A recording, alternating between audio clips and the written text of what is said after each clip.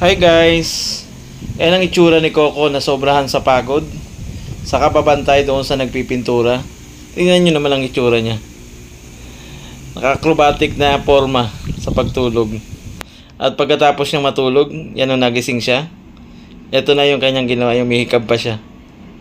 At tinitignan kung ano na yung nangyari doon sa pinipinturahan.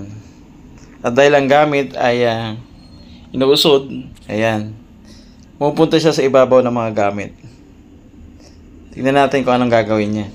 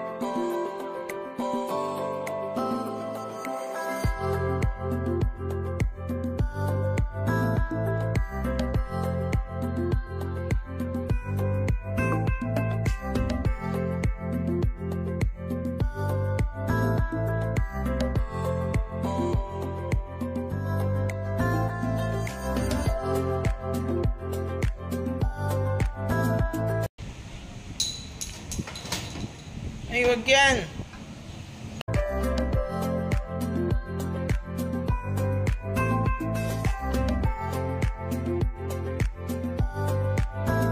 Guys, pumunta siya rin sa sulok ko.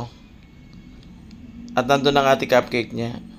At syempre nakita rin siya ni ate cupcake niya at sinilip din siya.